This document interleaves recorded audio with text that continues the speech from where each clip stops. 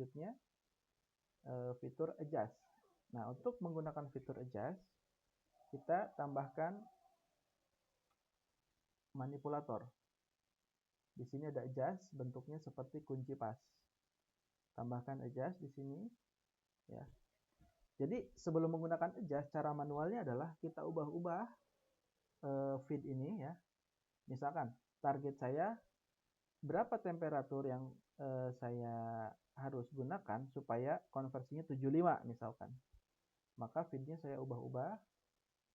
Supaya naik maka temperatur harus turun. Kita tebak dulu dari 350 turun misalkan ke 300. Maka dia 73,61. Berarti kita harus lebih turunkan lagi. Contohnya 250. Maka dia 76. Oh, kelebihan. Berarti kita harus naikin lagi. Contohnya 260. Nah, 75,62 terus, tapi cara ini tidak praktis, ya. Sehingga muncullah fitur adjust ini untuk mengatur-ngatur suatu variabel, bagaimana caranya agar suatu variabel yang lain sesuai dengan target yang kita inginkan. Nah, setelah kita memunculkan adjust ini, kita klik 2 kali, lalu kita definisikan apa yang mau kita variasikan, feednya, temperatur, oke, select. Lalu variabel apa yang dijadikan target? Nah, karena konversi kita sudah hitung dan adanya di spreadsheet, kita pilih spreadsheet lalu conversion. Gimana caranya agar conversion mencapai 75? Ya, enter. Ini not solve, kenapa? Karena belum kita mulai adjust-nya. Ya. Nah, coba saya ingin mendemonstrasikan ya di sini. Dia supaya 75, temperaturnya berapa? Kita start. 10 iterasi sudah oke.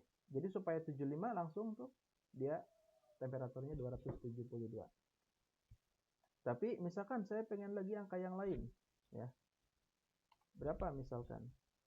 78 misalkan. Enter. Dia langsung menghitung sendiri. Supaya 78 dia 213,6 derajat Celcius. Oke. Nah, sampai sini. Nah, karena kita sudah tahu tentang spreadsheet, maka kita bisa memunculkan variabel apapun, baik itu variabel yang disediakan HYSYS ataupun variabel yang kita hitung berdasarkan rumus yang kita sediakan. Oleh karena itu, kalau misalkan ada case study, yang case study-nya itu variabelnya belum didefinisikan oleh HYSYS, bisa kita tambahkan di sini. Contohnya, misalkan apa pengaruh temperatur terhadap konversi? Maka kita bisa buat sebuah case study. Di sini tambah case study, ya. Kita ingin nambah apa? Temperatur feed, pengaruh dari temperatur feed terhadap konversi, spreadsheet conversion.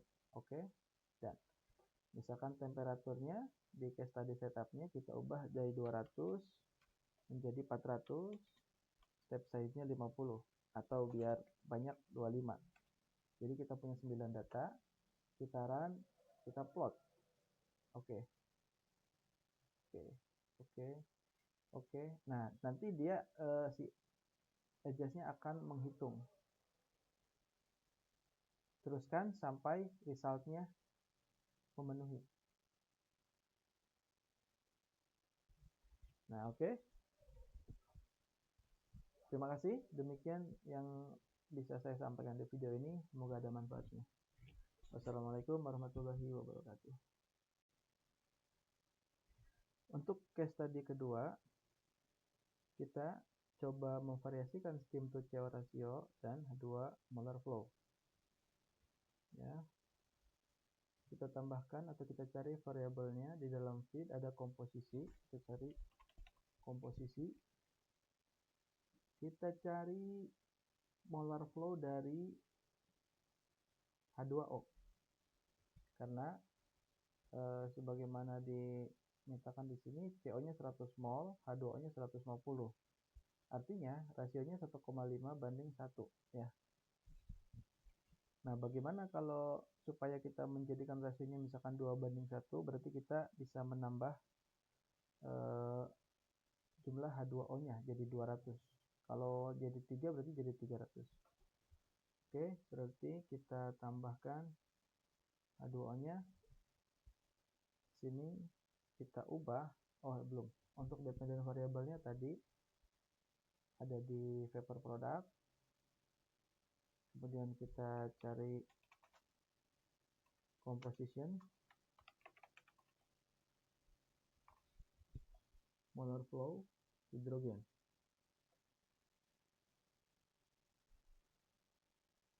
Tambahkan selected. Oke, kita sudah memilih. Kita lanjutkan ke case study setup. Ini current value-nya 150, kita ubah startnya dari 150 ya, karena 1,5 berakhir di 3 berarti di 300. Step size-nya misalkan mau setiap 50. Oke. Jadi dia nanti akan dapat 4 data.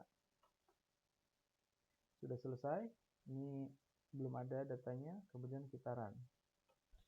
Sukses. Berarti datanya sudah berhasil ada datanya. Bisa kita plot. Nah, bisa kita lihat steam to CO rasionya berubah, tapi ini H2-nya tetap. Molar flow H2O-nya akan tetap. Padahal seharusnya berdasarkan asas Le Chatelier, karena WGSR itu reaksi kesetimbangan, ketika di sebelah kiri terjadi penambahan, maka dia akan bergeser ke sebelah kanan. Tapi hal itu tidak terjadi pada reaktor konversi. Nah, itu kelemahan reaktor konversi. Kemudian saya tambahkan juga kelemahan yang kedua, yaitu kaitannya sama temperatur seperti yang tadi saya sampaikan. Saya akan tambah case tadi yang selanjutnya. Nah, ini namanya kita ubah dulu supaya tidak bingung ke depannya. Kita ubah case study 3. Kaitannya dengan TPS H2 molar flow maksudnya itu ya. Kita edit, kita tambah temperatur, misalkan kita anggap temperatur feed misalkan. Masukkan.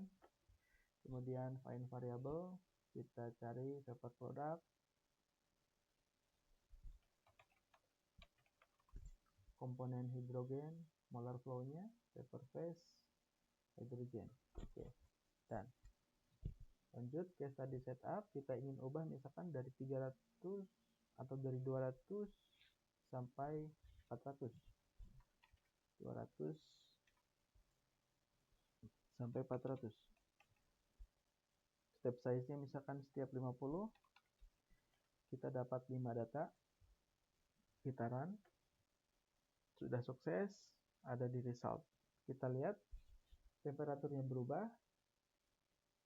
hidrogennya, molarnya tetap sama. Plotnya juga sama di sini. Nah, ini adalah kelemahan yang kedua yang bisa dibuktikan berdasarkan case tadi. Ini adalah kelemahan reaktor konversi, karena reaktor konversi adalah shortcut reaktor yang hanya memerlukan data konversi saja. Gitu. Oke, selanjutnya kita sudah memvariasikan ini steam to CO ratio dan temperatur feed.